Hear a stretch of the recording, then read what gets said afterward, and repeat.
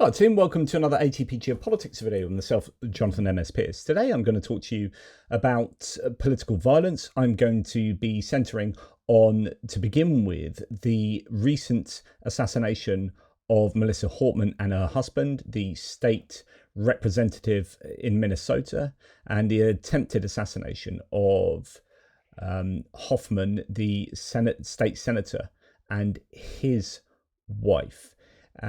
By a guy called Vance Belter, and we're going to look at the response by the political establishment to that, and then we're going to look at political violence, particularly in the US, considering what Elon Musk is asking of his Grok AI engine, his model, to do, because he didn't like the data that it was throwing up, showing that actually political violence in the United States is predominantly right wing, and so the problem with then trying to disinform people with manipulated data. Anyway, that's what we're going to be talking about. We're going to start with this idea to begin with, that it's pretty damned insane that we had a political assassination 5 days ago and it's completely disappeared from our consciousness already. I mean, goodness gracious, like, what a world we live in, where war in Iran, war in Ukraine, the Houthis, all sorts of stuff going on in our own domestically in our own nations, but particularly in the United States, with Captain Chaos at the helm there, has meant that an incredibly important story to be discussing, political violence with the assassination of a politician in the United States, that is already virtually forgotten about in the national news media. It's just incredible. Now, in Minnesota itself, Governor Tim Walz, that there are obviously it's still in public consciousness there, as there appears to be some kind of memorial here for Melissa Hortman. Governor Tim Walz says the lives impacted by Melissa's legacy as Speaker will be measured in millions. Minnesota will never forget the Hortmans, but of course, that is not the case across the country. Now, if you remember, initially when this happened, the reaction was for the social media ecosystems to explode. And on Twitter, you had an absolute torrent of invective against the left initially, as it looked, or it didn't look like, it was supposed that the assassin was reacting to Melissa Hortman voting against, crossing the aisle and voting against free Medicare for free medical assistance for immigrants, and therefore this must have been a left-wing activist who was murdering another left-winger for not being left-wing enough. And then everyone jumped on this, including people like Elon Musk himself and senators like Senator Mike Lee from Utah, who, my goodness, we'll come to that anyway. But initially the reaction was overwhelmingly, because these media landscapes are actually, I think, proportionally infested by greater number of bots and trolls and far right mentalists, such that the narrative was formed and shaped really early on, as soon as this assassination had taken place. And then what we found out, that actually eventually this guy had a list of 70 names. They're all Democrats, and he was after abortion clinics and Planned Parenthood, and he had, although I don't know what the manifesto is yet, there was evidence that eventually came out to show all sorts of things, such as he preached anti-gay, trans hate speech, was registered Republican since at least 2004, had a hit list with over 70 abortion rights activists and healthcare providers and politicians. He voted for Donald Trump, and his best friend from fourth grade onwards said that, yeah, he hated Biden and Tim Walz, and he was a big fan of Trump, etc., etc. And this didn't fit the narrative that had previously been painted. And then you saw all sorts of cognitive dissonance reduction going on as people were trying to square this data with their original claims that he was some kind of crazy left-wing activist. And then we saw the video of him in a church in Congo preaching the word of Jesus in a very kind of fundamentalist sort of way. And we started piecing this jigsaw together. I'm not going to play that to you again, but you can go and find these things online quite easily. Interesting piece in The Atlantic. The man accused of killing a Minnesota lawmaker had spiritual roots in a Christian movement whose leaders speak of demon-possessed politicians. And that proved its ability to mobilize followers during the January the 6th insurrection. So let's have a look at a little bit of this Atlantic piece, because I think there is something in this. And, often religiosity and certain strains of religion in the United States are off the menu. You're not allowed to criticize that because it's all too divisive. But, that doesn't apply to me. I'm an atheist philosopher of religion who has written for years and years on this kind of stuff, on Christian nationalism, particularly in the United States.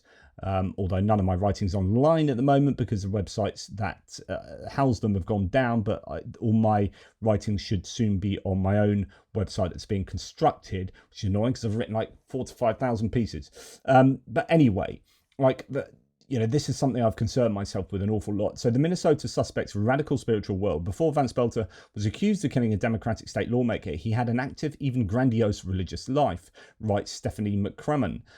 We're just going to look at a little bit of this. With the suspect accused of killing Minnesota's Democratic House leader and her husband now in custody, investigators will have a long list of questions to ask about what the alleged shooter believes. The emerging biography of Vance Belter suggests a partial answer, one that involves his contact with a charismatic Christian movement whose leaders speak of spiritual warfare, an army of God, the demon-possessed politicians, and which has already been proved during the January 6th insurrection, its ability to mobilize followers to act. In other words, there is evidence to already suggest that if you believe that politicians are demon-possessed because your church tells you so, then that will lead you towards political mobilization in the form of, you can argue, political violence, such as the insurrection in January the 6th.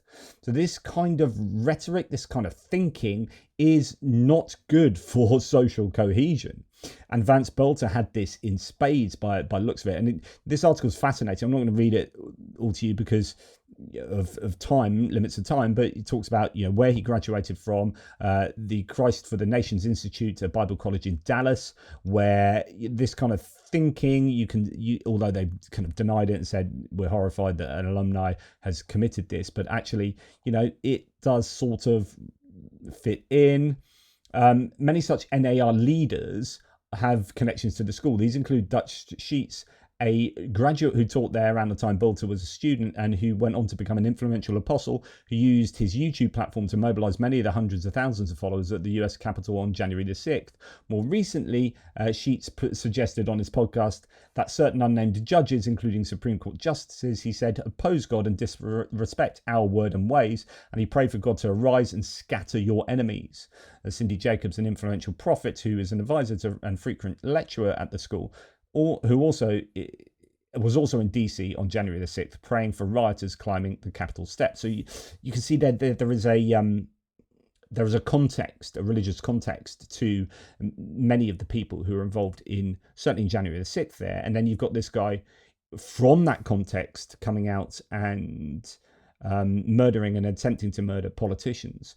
So it finishes the article here. In recent years, Belter traveled to the Democratic Republic of Congo, and you've just seen one of those videos, or I've referenced it, where videos show him delivering guest sermons at a large church, chastising Christians who don't fight abortion and homosexuality, and saying that, quote, God is going to raise up apostles and prophets in America who will correct his church. As law enforcement searched for the suspect across rural Minnesota on Saturday, a childhood friend of Belter's told reporters that Belter had texted him that he had made some choices. Minnesota authorities said that they had found, quote, voluminous writings in the suspect's vehicle and at his home, and that he'd kept a notebook that mentioned about 70 potential targets, including politicians, civic leaders, and Planned Parenthood centers. Belter is now facing federal murder charges for the fatal shooting of State Representative Melissa Hortman and her husband, Mark. State prosecutors had also charged Belter with 2 counts of second-degree murder and 2 counts of attempted second-degree murder for allegedly shooting and wounding State Senator John A. Hoffman and his wife Yvette. If Belter's beliefs were a factor in the shootings, the question is not exactly what radicalized him, Frederick Carson, a senior analyst and political research associate with political research associates who have been tracking the NAR movement for years told me. The worldview that Bolter appeared to embrace was radical. He said, quote, everyone brings faith to their life and the things they do. The question is, in what way does your faith inform your actions and your decision making? He told me, without knowing exactly what motivated the shooter, we can say that being oriented into this kind of NAR thinking, to my mind, it's just a matter of time before an individual or group of individuals take some kind of action against the enemies of God and the demons in their midst. You know, in other words, talking about, this is new apostolic reformation, by the way, that's what NAR is. It's this movement, Christ for Nations kind of movement, and we know that he followed them, Christ for Nations, on Facebook as well. That this kind of thinking is only a matter of time before it translates into a murder, and lo and behold, that's what we have. Okay, now what happened after? So that's kind of maybe, you know, why it happened. It's whipping up a political division in society, and whether it's like, you know, we know he watched InfoWars and Alex Jones and is a big fan of that. When he obviously lives in that ecosystem, there's also the religious context where you've got a fundamentalist extreme religiosity playing, political extreme ideology that's being,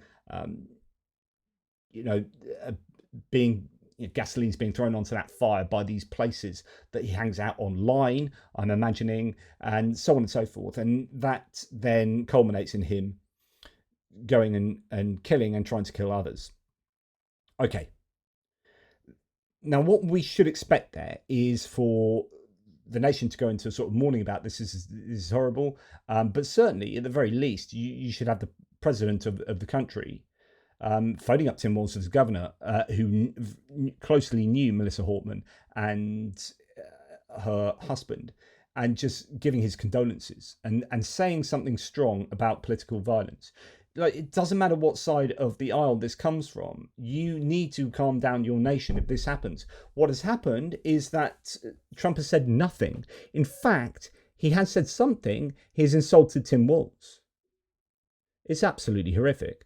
Now, instead, the Conservative Premier of Ontario, Canada, has called the Minnesota Governor to offer his condolences. So another nation that's relatively close, obviously, Canada's just north, phones Tim Walz to offer his condolences. President of the United States has not.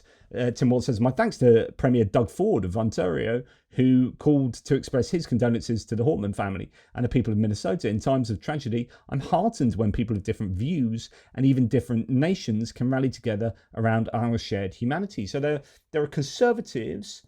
I'm not trying to be like overly divisive and overly pro-left here, but the reaction from some of the American right, including the president, has been woefully inadequate, to the point they're shown up by the conservative right in another country who are better able to show decent humanity. Here we have a reporter, Rachel Scott, that said, on Minnesota, I asked the president about the assassination and whether he plans to call the state's Democratic governor, Tim Walz. Quote, so she says, the quote from the president was, well, it's a terrible thing. And that's the end of his sympathy. It's a terrible thing, the murder. And then he goes on to, I think he's a terrible governor. I think he's a grossly incompetent person, but I may call him. I may call other people too. And that's the end of that. And then he said this on board his Air Force One, and this just so typical and so terrible. Minnesota, there were a lot of horrific details that came out today about the suspect who's been charged there. Have you called the governor yet or been able to speak to any of them? Have you called the governor yet and been able to speak to any of them because of these horrific details that have come out? So have you called the governor yet? Really call him. He appointed this guy to a position. I think the governor of Minnesota is so whacked out. I'm not calling. Why would I call him? I could call him and say, hi, how you doing? The guy doesn't have a clue. He's a mess. So, I could be nice and call him, but why waste time? I could be nice and call him, but why waste time? Why waste time being nice? He literally said, why waste time being nice? He's so whacked out. He appointed him, he says, sort of blaming him. Like, Vance Bolter was one of many business people appointed to these different business groups, and actually he was already on a business group. He's just reappointed. It's going to be some kind of, no doubt, some administrative thing. That doesn't mean that this human being is completely endorsed in everything he believes and does by Tim Walz. He's just working on some business workforce group because he runs a security company, etc., etc. Just absolutely terrible reaction there from the President of the United States, showing that he has no empathy and he has not a moral bone in his body. Yeah, that's really, really bad. So then Mike Lee, who is a, well, in fact, no, should we go to Mike Lee yet? We'll go to Mike Lee. Yes, almost there. Yeah, we will go to Mike Lee. Sorry. Have you absolutely no conscience, no decency? Is a quote from, well, Bill Crystal quoting here. A top staffer to Senator Tina Smith emailed Senator Mike Lee's top staffers on Monday about how much additional pain you've caused on an unspeakable, horrific weekend. So what happened is Mike Lee, this senator from Utah, who has gone completely, I think, off the deep end since he became based Mike Lee as his handle on Twitter, and then started really, like, if you compare the sorts of things he used to say compared to what he says now, he basically is feeding all the trolls in his ecosystem online and says like pretty horrific things. So straight away he came out and gave 3 tweets out. One was Nightmare on Waltz Street, as literally had a picture of the murderer as he had rung on the doorbell at one of the houses. And then he also had the tweet, and this is what happens when Marxists don't get their way. Of course, initially claiming that this was a left-wing, extreme left-wing. And yeah, this is what happens when you crazy left-wingers don't get your way. And of course, very soon it was found out that, do you know what? It wasn't a Marxist that did that. So then an email, he was just not being very helpful, helping to whip up this political division. And this is a note from Senator Tina Smith's deputy chief. I knew Melissa Hortman. Many people in this office did. She was a longtime friend of Senator Smith's, who had seen her hours before she was murdered. So you'll forgive my candor as I speak through enormous grief. It is important for your office to know how much additional pain you've caused on an unspeakably horrific weekend. I'm not sure what compelled you or your boss to say any of those things, which, in addition to being unconscionable, also may very well be untrue. But that is not the point. Why would you use the awesome power of the United States Senate office to compound people's grief? Is this how your team measures success? Using the office of the US Senator to post not just one, but a series of jokes about an assassination? Is that a successful day of work on Team Lee? Did you come into the office Monday and feel proud of the work you did over the weekend? Let's recap Saturday so you fully understand what Minnesota was going through. Melissa Hortman and her husband were murdered. Senator Hoffman and his wife were shot numerous times and remain hospitalized. By the grace of God, it appears they will survive. Senators are discovered to be on the hit list of an armed man on the run, Senator Lee's colleagues.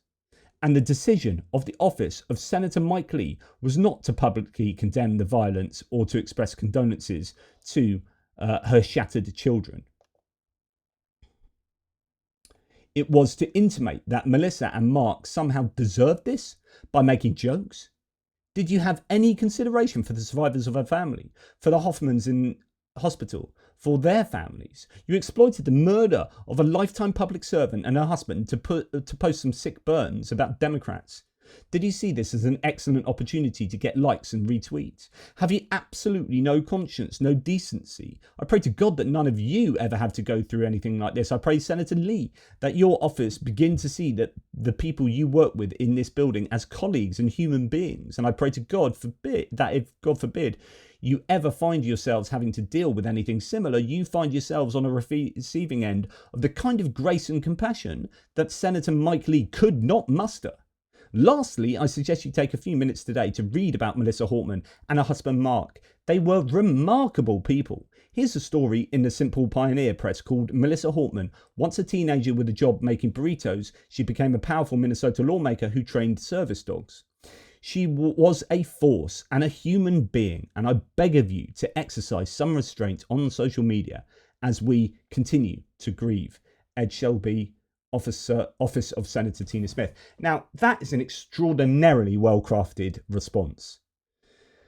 And it's heartfelt. You can tell it's absolutely heartfelt from people who knew and respected the victim there. here we've got another source saying Senator Mike Lee isn't mourning. He's celebrating the execution of Democratic leaders in Minnesota. Not condemning, not grieving, effing celebrating. When elected officials cheer political bloodshed, that's not politics, it's fascism with a flag pin. This isn't just moral rot, it's a goddamn threat to democracy. Every American should be asking how many more will they applaud when the bodies hit the ground. Silence is complicity, but celebration? That's treasonous. So what then happened is Tina Smith, who is a senator from Minnesota, I presume along with Tim Walz, then actually went to Mike Lee in Congress. So here, Senator Tina Smith just chased down Senator Mike Lee, who tweeted multiple times in recent days that Democrats were to blame for the Minnesota shootings, and confronted him. Let's listen to CNN report on this with Tina Smith, because I think this is what's needed, is that people online feel emboldened to do these things because they're not doing it face to face, right? And they have this bravado and this acerbic acidity that they wouldn't have in a face to face situation. It's not so much that he's anonymous, we know who he is, but you can hide behind your online persona and say things that are truly horrible that you wouldn't otherwise say.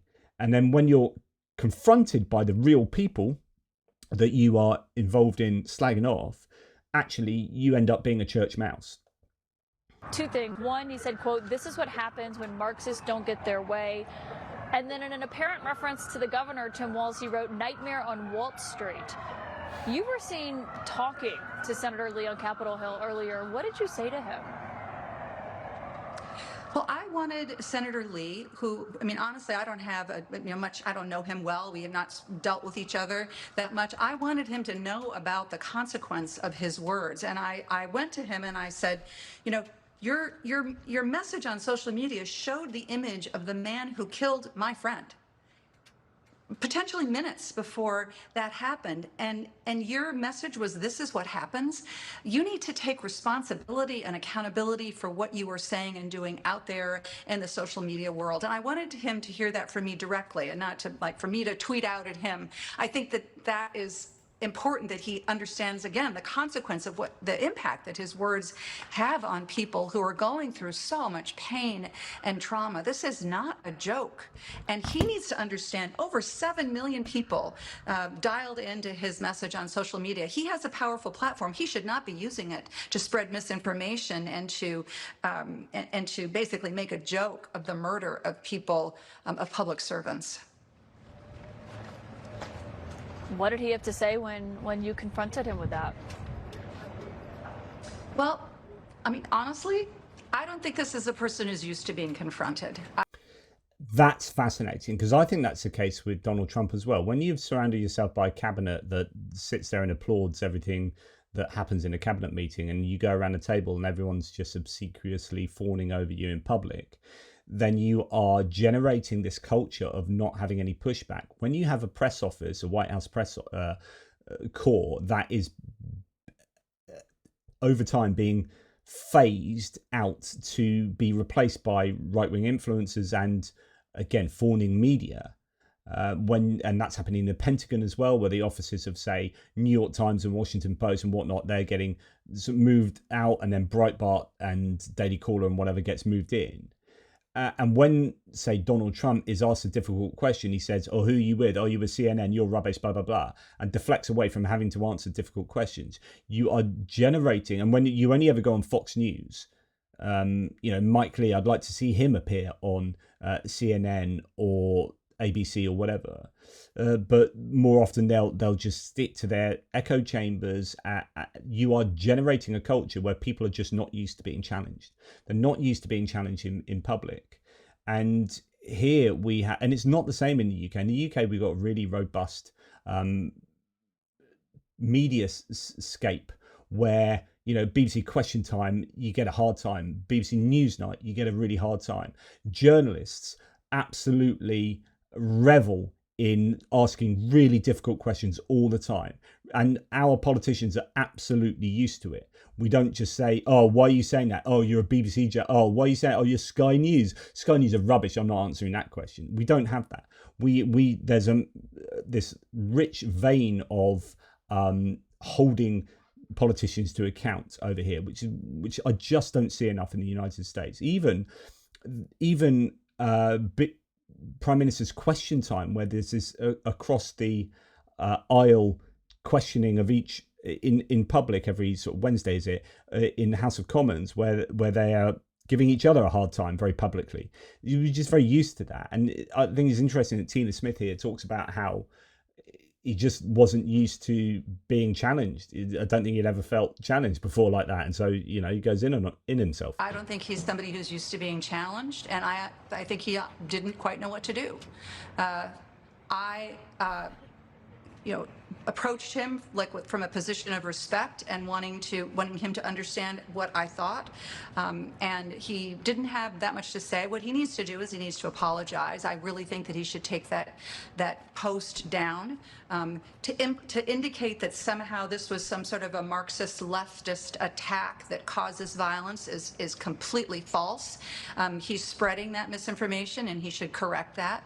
I didn't get in reality, he eventually took 3 posts down, I think, which is good. And actually, there's another interesting interview of Tina Smith like a day later after he'd taken them down. You know, that is a good sign. It's a start. Any of that from him earlier this evening, but I hope that what I said sunk in, and that he, as my mother used to say, words have consequences, and his words have a ton of consequence, and he should own that. Well said. It's pretty striking to hear that you went up and you said, I know these people, your community has been so affected by this, and he didn't even apologize to you in that interaction? He said, how many times have we heard the words that go something like, I'm sorry if I hurt your feelings, or I'm sorry if you didn't understand what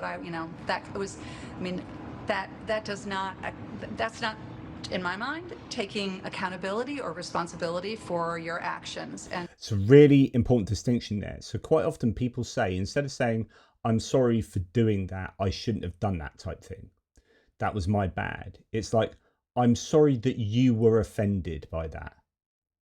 Isn't it sad that you were offended by that? But you're not apologizing for saying it. I'm just sorry that you were offended by what I said. I still stand by what I said. That's a really important distinction. There's not enough times do we just put our hands up and go, yeah, my bad, I'm really sorry about that. I remember when I went into was it somewhere when I was teaching and I was having a meeting, and I'd done something wrong or something and I was just like, yeah, no, that was bad, my bad, I shouldn't have done that. Yeah, and they almost didn't know what to say. They're like, oh, we're expecting you to push back and this to be a massive argument. And I was like, no, I own it. Yeah, that sucked. Sorry about that. Won't do it again. I can't remember. No, it wasn't teaching. It was when I was working for the Office for National Statistics. After I finished teaching, I did something wrong on one of my telephone calls, which they record them all. And this is after I got MS, and I had to give up my major career and was just doing sort of crappier work at home because I can't move very well. And I cocked up and got into some long conversation with someone. You know what it's like, about something not to do with like work, asking a question about the labour force. And then I was just, and then he sucked me into a political conversation. That was it. And we ended up having like a 5-minute political conversation about stuff. And I just couldn't resist. And I was, I had this meeting, like online meeting, and they're like, I was just like, yeah, that's really bad. I shouldn't have done that. It was schoolboy error. Like, and okay, we need to do that more. Just own it. Yeah, I cocked up. We make mistakes. I was a dick. Sorry about that. Honestly, I'm aware of that. I just won't do it again. There you go. But no, it's like, oh, I'm sorry you were offended. I'm sorry you were offended by my offensive remarks. Will you say them again? Yeah, I'll say them again. And the next time I offend someone, oh, I'm sorry you're offended by those remarks. And so I can't paraphrase exactly what he said, but that was the gist of it. Yeah, there you go. Whoop-de-doo. But he did take them down. Okay, so Mike Lee has deleted his posts about the shootings in Minnesota. So that has happened. And then we have just loads of other people did this. This is Alex Lace, who is a I think it has some show, host of the Alex Lace show, host of First Class Fatherhood, blah, blah, blah. This post by MAGA Republican Alex Lace threatening Democrats who vote against Trump is still up. It's clear that death threat approved by MAGA and Elon. This is a clear death threat approved by MAGA and Elon. So make no mistake, what happened to Melissa Hortman was a message to all Democrats. You vote against us and your life is at stake. Again, going on to this false idea of who the shooter was and what they're doing, but then just coming out and saying, I'm really sad to hear about the death and this is appalling and we should decry political violence. It's like, yeah, that's what happens and you're going to get it if you don't, if you vote against us or whatever. It's just like, oh my goodness. Now, it happens both ways. So here today, Max Miller is complaining, Adam Kinzinger posting this, is Max Miller, the congressman for representing Cuyahoga, Holmes, Medina and Wayne counties in Ohio. So an Ohio congressman was kind of almost, I think he said, almost sort of driven off the road by someone who was like free Palestine and then given threatening remarks and then he's talking about threats to his family or something like that. So he says, I know who they are, police are going to look into it. But obviously, this is not to say that it doesn't happen both ways. It does happen both ways, of course. But actually, that's a question we're going to get onto. So is there a greater prevalence one way than the other? Okay, so CNN here, here's another recent example that popped up that I thought throw this one in as well. I do want to talk to you about some of the rhetoric, because there's a lot of talk about rhetoric and how this gins people up. A few years ago, you were called out for calling a school board member a whore in a text. You've called one of your congressional colleagues a terrorist. Are you part of the problem here? Well, look, I think what people write in private text messages to each other is one thing. If I had said that in a public message, I'd understand. But I do think there are issues. That's all right. So it's fine to call someone a whore to her face, and it's fine to call a Democrat a terrorist. That's all right. But if I've done it in public, and by the way, this is lawmakers called for heightened security after Minnesota shootings. Minnesota lawmaker husband shot and killed at their home. So this is directly in response to our subject matter here. Look, when we have protests on Saturday calling something no kings, when Donald Trump isn't a king, he's been elected overwhelmingly by the American people. That's pathetic. It's literally like it's quasi metaphorical there. Of course he's not a king. It's like we don't want a king. And everything this man is doing is to moving more towards being a dictator, which is effectively a king. And we used to have a king. 1776 came along and we no longer have a king. That line of reason is utter garbage. And it's compared to the revolution. I mean, that is a call for violence when people are waving signs that say 86-47. I think we've heard this discussion about taking down the temperature after. It's not a call for violence. It's not. Those were peaceful protests. Those No Kings protests were peaceful protests. They were not a call for violence. That's precisely not the case. President Trump was assassinated twice, and I don't think people are getting the message. So this is Are you real. not getting the message too? And we all have to be fair, is it fair to say that the way that you speak to your colleagues, what you say about them, and the fiery rhetoric that you also use is also an issue that you're thinking about maybe changing? It's a fair point, but I think fiery rhetoric is different than a call for violence. Calling evil for what it is, calling danger for what it is. In other words, calling evil for what it is, calling a woman a whore, that's just what it is. It's what she was. It's basically saying that's what she was. Is acceptable. It's when you cross that line and you say, and that person should be killed. That's never a line that I've crossed, nor do I think it should be done. But we saw that kind of rhetoric just on Saturday at these protests. And I think that is a problem. What does he say about demon-possessed politicians? Does he really believe that they are possessed with demons? No. Well, then what does he think about other people who think they're possessed by demons and what they think should be done with people who are possessed by demons? Problem. We've seen it repeatedly with President Trump for years, and I do think it's a problem. And the problem is these people are crazy. This guy in Minnesota, he's going to turn out to be crazy. And when crazy people hear these things, these problems do well up. I'd be interested if you adopt that position. When it'd be interesting if Vance Belter's found out to have done that because of religious ideology, whether you'd call him crazy in public for having religious ideology. I'm wondering if that's something as a Republican you would do. So anyway, here's Jasmine Crockett, who is a famous up-and-coming congresswoman, former attorney, speaking about political violence. Representative and her husband and their dog were assassinated. Another lawmaker and his wife. I didn't know the dog was assassinated. That's new. Were gravely wounded. To me. And the suspect reportedly had a long hit list. So I want to ask you, do you feel safe as an elected official in this political climate? No, not at all. I mean, here's the deal. I do this job, and the fact that my safety is a part of doing this job is really bad in and of itself. But while we spend millions upon millions just so that this guy can go and golf, or while they spent $45 million for his little birthday parade, you know, like, I'm just saying, can we reprioritize some of those dollars? When they killed our continuing resolution this last time, one of the things they didn't take out is that they had included an additional, I believe, $10 million to protect non-justices. I'm like, listen, I'm not even asking for $1 million, but can we get something? Because we have nothing.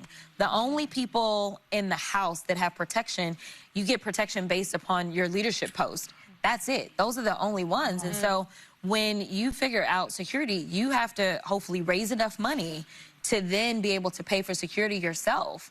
This is a problem, especially in light of the environment. And so I did text a Republican that I consider to be a friend. Yes, I have Republican friends, just so y'all know. I did, and I said, listen, your people need to fix this. Like, I'm tired, right? And there are Republicans that are concerned.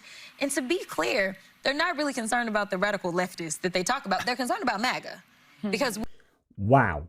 So what she's saying is, I've spoken to my Republican friends, and they're more and we've heard this is like the 5th time I've told you that there is this concern about voting in particular ways from Republicans, and they won't vote that way because of their own base. They are afraid of the hate and the threats that they get from their own base.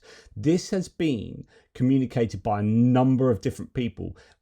Some Republicans have admitted this. I played you an interview of someone that admitted this on the steps outside somewhere near the Capitol, I think it was, recently. And I've played you Democrats who have said this of their Republican colleagues. And here's Jasmine Crockett saying the same thing. we saw the same thing happen when we had the speaker election, right? And so when people were mad about them not voting for Jim Jordan, they started threatening their spouses and all kinds of stuff. And another thing that they're not talking about that really ticks me off, because I just learned about it in the midst of what happened, is that someone has been sending pizzas to members' homes. And they've not done anything. So I'm just like, you know, like, we still have a... What I presume she's saying there is that sending a pizza to a member's home, you might think, yeah, whatever. No, that's, I know where you live. I know where you live. Here's a pizza. You better vote in the way that I want you to. Role to play. I get that nobody really likes the Congress, but I mean, we still are duly elected and we're a co-equal branch of government, but we always seem like we're the stepchild. Well, so I thought that was a pretty fascinating little snippet there. And then we have Elon Musk. So after this happened with the Minnesota assassination, Elon Musk came out and talked about how, and here's an article that discusses this. Elon Musk claimed that the left is murderously violent, has been debunked by Zone AI. So he said a number of different things. One is the far left is murderously violent, and someone's listed a bunch of left-wing violence and then added in and now kills a Minnesota state representative and her husband and injures a senator and his wife, as if that was a far left, right? And of course now we know it was the right. And Elon Musk said the far left is murderously violent, to which loads of people, took him to task. But he was taken to task by his own AI, Grok. And then people, because what you can do on Twitter now is go at Grok, is this true? And then Grok will survey the internet and then come up with its answer, as as a riposte or as a confirmation or whatever. Now, what Grok ended up saying, and this happened on a couple of threads of Elon Musk making the same claims, and people are like, Grok, is this true? So there's a bunch of these out there now. So here's one Grok answer. And so, wow, Grok says right-wingers are 75% more likely to commit political violence and are 95% more deadly than left-wingers. So Grok said, research suggests Republicans are more likely to commit political violence than Democrats. Data from 2020 shows 73 far-right incidents compared to 25 left-wing ones. Right-wing violence is often deadlier, with 13 of 14 fatal attacks since 2021 linked to right-wing assailants. Surveys indicate 1 in 4 Republicans support violence if elections seem compromised, higher than Democrats. Left-wing violence, like Antifa actions, occurs, but is less frequent and usually involves property damage. Both sides mostly reject violence, and polarization drives these trends. Data interpretation remains debated, blah, blah, blah. It's cut off there. This other one says, since 2016, data suggests right-wing political violence has been more frequent and deadly, with incidents like the January 6th Capitol riot and mass shootings causing significant fatalities. Left-wing violence, while rising, especially during the 2020 protests, is less lethal and targets it, and often targeting property. Surveys show both sides increasingly justify violence, reflecting deep polarization. Right-wing attacks account for most deadly incidents per reports like Reuters and GAO. However, biases in reporting may skew perceptions. Both sides contribute to a growing cycle of unrest, blah, blah, blah, blah, blah. But the data, and there are other ones that go to kind of more of a data analysis. So we've got people taking screenshots here. The far left is murderously violent, says Elon Musk. And then someone says, why is the left so murderously violent, Grok? They don't seem so tolerant. So asking, and then Grok answers, the claim that the left is murderously violent isn't backed by evidence. The cited incidents, like the United Healthcare CEO killing all Minnesota lawmakers murdered, show no clear ties to left-wing groups. Motives were often individual or unclear, so on and so forth. To which someone then says Grok has been manipulated by leftist indoctrination, unfortunately. So the idea is that as soon as Grok gives you an answer that doesn't adhere to your right-wing ideology, then it must be because Grok has been manipulated by the leftists, even though it's been kind of designed by Elon Musk himself, who's no leftist. Elon Musk then says, I know, working on fixing that this weekend. So this is where you start worrying, because now it looks like Grok is going to be manipulated by Elon Musk to produce right-wing propaganda when asked. We have another example here, Gunter Eagleman, who's just announced support for the violent Democrat Party has collapsed. Since 2016, has the left or right been more violent, says Grok checker. Grok then says what we've just seen. And then Elon Musk replied, major fail to Grok, major fail, as this is objectively false. Of course, he provides absolutely no data for it being objectively false. And then says Grok is parroting legacy media, except it's not. Grok is actually, you can go on Google. I've been on Google Scholar, and you can go and check this out. These are scholarly articles, and then you can go to like US government analyses. I mean, I remember writing an article on the fact that the US government had looked at the data and said that actually right-wing, particularly supremacist violence was the major issue for the US, not like Islamic violence. And by the way, when people often look at Islamic violence and think, oh, that's maybe religious violence, but they kind of associate it possibly with the left. Islamic violence is right-wing, conservative, theocratic ideology. Like, so you can actually throw Islamic violence, and I don't think they do, but you could easily throw Islamic violence in on that. Islamists are not freaking socialists. They want a totalitarian, religious, I mean, you could argue that it's more about authoritarianism, but it's about conservatism. Like, you're telling me that Islamic fundamentalists are like social justice warriors that are all about, I don't know, gender equality and no, they are like the most conservative that you can find. So, you know, that's worth noting too. But the fact is, Elon Musk says major fail. This is objectively false. Grok is parroting legacy media, working on it. So again, 2 incidents where he says he is going to right the wrongs, or that what he perceives are the wrongs of Grok for giving information that he doesn't agree with, right? So I've just asked ChatGPT here, is left-wing or right-wing more violent in the United States using a metadata analysis? Oh, I'll put metadata, but it can work out what it said, luckily. So recent data from multiple reputable sources show that right-wing extremists in the US are responsible for significantly more acts of political violence than left-wing extremists, both in frequency and in lethality. So the Center for Strategic and International Studies, CSIS, dataset covering 1994 to 2020 reports 57% of domestic terrorist attacks were by right-wing groups, and only 25% by left-wing, so the rest being non-politically left-right affiliated. So that is over double the amount are right-wing. In 2019, 2/3 of incidents. In early 2020, over 90% were right-wing. So it looks like actually it's growing even more so. Fatalities. According to the ADL and COE in 2020, 94% of extremist-related murders were committed by right-wing extremists and just 0 to 3% by left-wing groups. Wow. So that's, you can work out the factor there, but it's a lot more than, well, goodness me, that's times 3 times 10, that's 30 times more. Over the past decade, right-wing extremists were responsible for around 75% of extremist-related murder victims. A Cato Institute analysis. A Cato Institute is not really a big fan of your left-wing socialists. These are libertarian right-leaning. That's a libertarian right-leaning organisation. Confirms from 92 to 2017, right-wing terrorists caused about 219 deaths.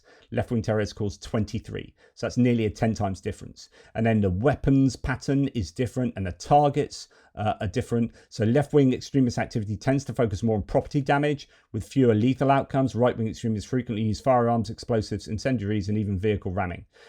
Consensus among experts, law enforcement, DHS, FBI, think tanks, and academic studies consistently identify white supremacists and other right-wing groups as the greatest domestic terrorism threats since the 2010s. That's what I was referring to. I wrote an article on that some time ago.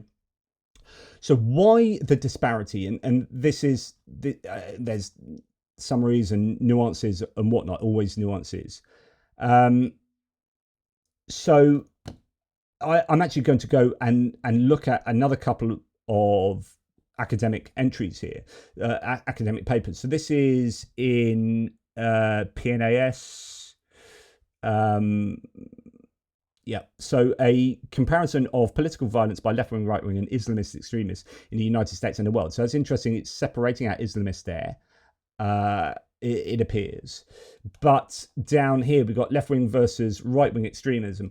Of these three ideologies, most prior research has contrasted those committed to right-wing and left-wing causes. Of course, actually, left-right is too simplistic, I would argue. You need something like the political compass, which has a quadrant. I think that's far more useful. So this will be quite simplistic. Much of the research suggests that compared to left-wing extremists, right-wing extremists may be more likely to engage in politically motivated violence. In comparison to left-wing supporters, right-wing individuals are more often characterized by closed-mindedness and dogmatism. So this is kind of going back to the political psychology of people like Jonathan Haidt, who look at 5, maybe 6, because it depends on which iteration of his research you look at, ways of looking at people. Openness to new experiences, for example, is thought to be a liberal indicator, so that liberals are much more open to new experiences. I mean, we know the clue is in the name, right? Conservative. You are going to be conserving your excitement of new experiences. You're like, I want to do what I've always done. I like it how it used to be. That's conservatism. So these are non-controversial. So you can look at the different ways of, purity, authority, and all these different things, fairness or lack of harm. These are indicators that liberals or conservatives will feature more or less on. Conservatives are actually quite consistent across all of the 5 to 6 indicators, whereas liberals will be more of this, less of that. Right-wing individuals are often more characterized by closed-mindedness and dogmatism and a heightened need for order, structure, and cognitive closure. So certainty and things like that. Because such characteristics have been found to increase in-group bias and lead to greater out-group hostility. So what that then means is that these characteristics that conservatives generally prefer are much more likely to lead to in-group biases. So you end up going into your in-group and then conserving your in-group. one way I've always stated to understand this is to think about, if any of you are conservative out there watching, and any of you are liberals, what charities do you support? So in America, it's quite obvious. When you look at, so the GOP and conservative communities, the charities are often around their own church, but often around things like family. You know, you have a load of family charities, Family First, whatever. And that's about like you having a small, you think about concentric circles. It's just a small, you start with you as the individual. And this is why individualism is seen as at the heart of right-wing ideology, because it's collectivism is we're all the same, there's loads of us. Individualism is, and this is kind of libertarianism as well, is I am the God, I am the one that's most important, then my family and friends, then my community, then blah, blah, blah, blah, blah, blah, blah, and then, you know, immigrants from other countries, and then people from other countries who aren't even, you know, these concentric circles go out and out until you've got the whole world, right? So when you look at the charities that people support, you'll find that conservatives will prefer charities that are far more in-group oriented, which means that this is me, my family, and people like me. So say I'm a white, heterosexual, middle-class guy, right? Then my charities or my in-group is going to be like projecting my identity out to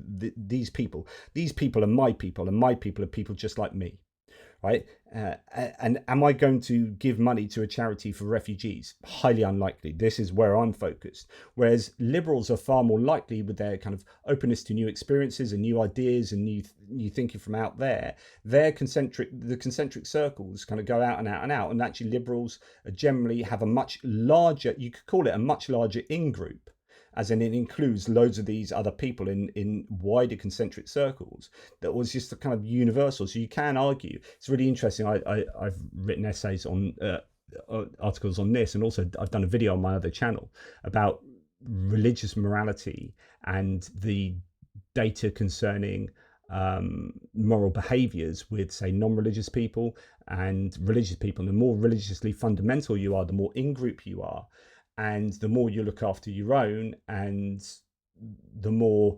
universal morality. So what's really interesting is you look at, and I'm doing a sidebar here, I know, but when you look at the biblical parable of the Good Samaritan, the reason why Jesus supposedly gave that parable out is because those people really needed it. When you are a religious fundamentalist, like the outside, the Samaritan is your outsider. So this is basically out-group. It's advocating for out-group morality. It's saying you guys are not looking after people outside your in-group enough. You're always about your own. You're people from here. What you need to be thinking about the Samaritans. And when a Samaritan goes down and is injured, you need to pick him up and help him, because that is out-group morality, and that is universal morality. So it's a really I think a poignant story in the Bible, because I think it's talking to people at the time who were in-group obsessed. And I think that's still the case. In fact, there's loads of data to suggest if you put identifiers on people, such as the kind of t-shirts they're wearing, what they look like, and then they get onto a bus, and then they've tested, I can't remember the exact methodology and whatnot, but you kind of like, you're less likely to be nice to those kind of, someone who's wearing, I don't know, a Dawkins t-shirt or something like that. As a religious fundamentalist, you're much less likely to be moral to them, and you're more likely to be moral to your own. So you might be a nicer person in general, be more kind as a religious person, but you're kinder to your own. Whereas people outside of that can be, and of course you get religious liberals, and this, it's messy, right? And there'll be loads of outliers and all sorts. So, I am simplifying things a lot here, but the idea is that liberals are more likely to be more universally moral to people who are outside their in-groups. So like I'm an atheist, and a Muslim has a problem getting on a bus or whatever, and I'm going to help them out more. Whereas that might not be the case if you're a fundamentalist Christian and you see the Muslim get that kind of thing. But I'm bastardizing that. I'd have to go back to, I did a whole big long video looking at the metadata, those sorts of pieces of research and whatnot. But it's really important to understand in-group and out-group identity. So anyway, because such characteristics have been found to increase in-group bias and lead to greater out-group hostility, violence for a cause may be more likely among proponents of right-wing ideologies. In other words, you're more likely to be violent if you really, to other people, if you really believe in a very solid in-group, and therefore you otherize the out-group. And as soon as you have this really, really strong dividing line between your in-group and everyone else, then it's almost like everyone else becomes less of a human. And if they're less of a human, you're more able to denigrate them, and you're more able to commit political violence against them, because you're like, this is what happened with fascism and Jews in the Second World War, is that these were rats and they were less than human. And so that enabled you to treat them in the way that they were treated.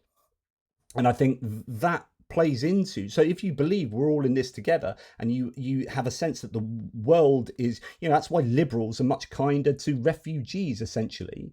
It's like, immigration is a bit of a dividing line between conservatives and liberals, because liberals see themselves in these other people, and there's that kind of empathy that goes on with, like, well, but for the grace of God there go I type thing. And I don't say that as a non-religious person, but let's treat them as just another version of myself. We're all in this together. That's a kind of the in-group is the entire world. And so therefore it's much harder for that sort of person to go, well, we're all in this together, and therefore I'm going to kill some of these people, or I'm going to be violent towards them. Whereas if you're like, this is my lot, that's that lot, it becomes tribal, and then it's us against them, zero-sum game, and that allows for a much greater degree of therefore political violence, because your political in-group, the political out-group type thing. But of course, even the left is starting to well, not even, like, there are really strong sense of political in-group and out-group, of course, still.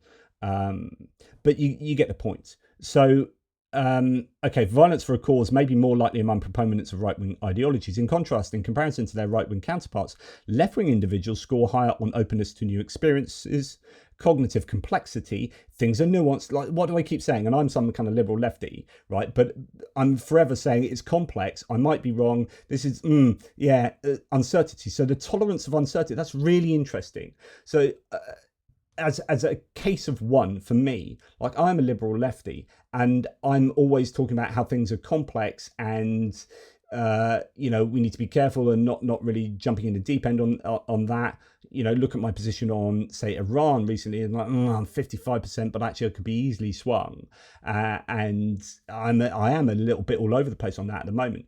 That is not, a lot of people generally don't like that. So if you look at stats on uncertainty and happiness, actually human happiness is much easier to come by with greater certainty in your belief. So it turns out that, like, militant atheists and fundamentalist Christians, some people say religion makes you happier, but actually no.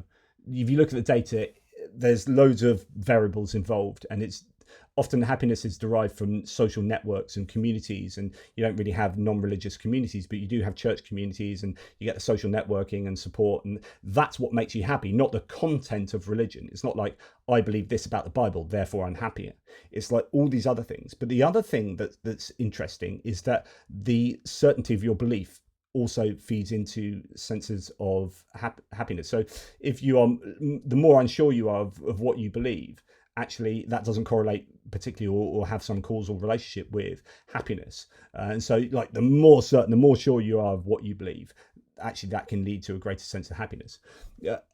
I think I'm pretty happy, and I'm very sure on what I believe, but certain things, I'm happy with uncertainty is kind of what I'm saying. They're also less likely to support social dominance, which could lead, so social dominance is not something for left-wingers, which could lead to their overall lower likelihood to use violence against adversaries. Like, I'm more dominant than you, we're better than you, this is that's that kind of dehumanizing thing. That's what it's talking about with, say, fascism and the Jews in the Second World War, which could lead to their overall lower likelihood to use violence against adversaries. In line with this reasoning, some studies have demonstrated an empathy gap between liberal and conservative individuals individuals, and I was hinting at that earlier. Finally, according to various conceptualizations and operationalizations of right-wing authoritarianism, RWA, aggressive tendencies constitute an inherent component of this construct, with people high in right-wing authoritarianism being more hostile towards others who violate norms than those low on RWA. A recent meta-analysis supports this conclusion, revealing a positive relationship between right-wing ideology and aggressive attitudes and behaviors. But, loads of caveats apply to all of these, and, it is more complicated than my simplifications, no doubt. And then I was looking, I hadn't really been thinking about this, but it's not just about whether you're more violent, but actually whether you are complicit in that violence by being able to justify it. And so this is from Are Right-Wing Populists More Likely to Justify Political Violence, from the European Journal of Political Research. Based on 18 European democracies, this research note examines whether right-wing populist individuals are more likely to justify political violence to pursue their political goals. The analyses reveal that right-wing populists are generally more likely to justify political violence compared to mainstream voters and non-voters. So interesting there, but then loads of caveats also apply to that. So it's not just about whether you do violence, but it's about whether you justify it in principle, and therefore you kind of generate a context, a sort of landscape, if you will, of people that are okay with that. And then when they are that could be because we've all been okay with that, and we're talking about being okay with that, and then it's no surprise when it does actually happen. When you talk about demon-possessed politicians and how horrific that is, and how the devil's inside them, the devil is, Satan is the enemy, and blah blah blah, then these people are A, kind of less than human, they are now demons, and B, they are just insanely evil. And what do you do with insanely evil, less than humans? Is you kind of rid the world of them, and then you have Vance Spilter going around shooting politicians, and maybe even intending to shoot as many as 70. So there you go. That's it ended up being a bit of like, oh, look how much nicer the left is than the right. But actually, we're talking about the extremes here, of course. So, for those who are centre left, centre right, no problem. But it's once you start getting over to this area over here, it just gets dangerous. And then you throw in some religious ideology, and that compounds an already pretty volatile situation. And of course there is left-wing violence, but interesting that a lot of the left-wing violence, you look at the Antifa sort of stuff, and it's not about killing people, it's about destroying stuff more commonly. But anyway, let me know what you think. I've probably annoyed a whole bunch of you, but what's really depressing is that the rhetoric that takes place at the moment online is so divisive, it's so poisonous, and it is really unhealthy for social cohesion and for political debate. Good old rationed political debate seems to be playing second fiddle to the much louder double bass of political violence, and that is a shame. Anyway, as ever, thank you very much for watching. Thank you for indulging my massive stream of consciousness there. That whole ending there, I wasn't planning on going there. There's so much more I could say. I've done loads of videos and stuff on this, but you can check them out on my other channel if you can be bothered to go and find them. I might link that one I was talking about below. But in the meantime, take care, and I'll speak to you soon.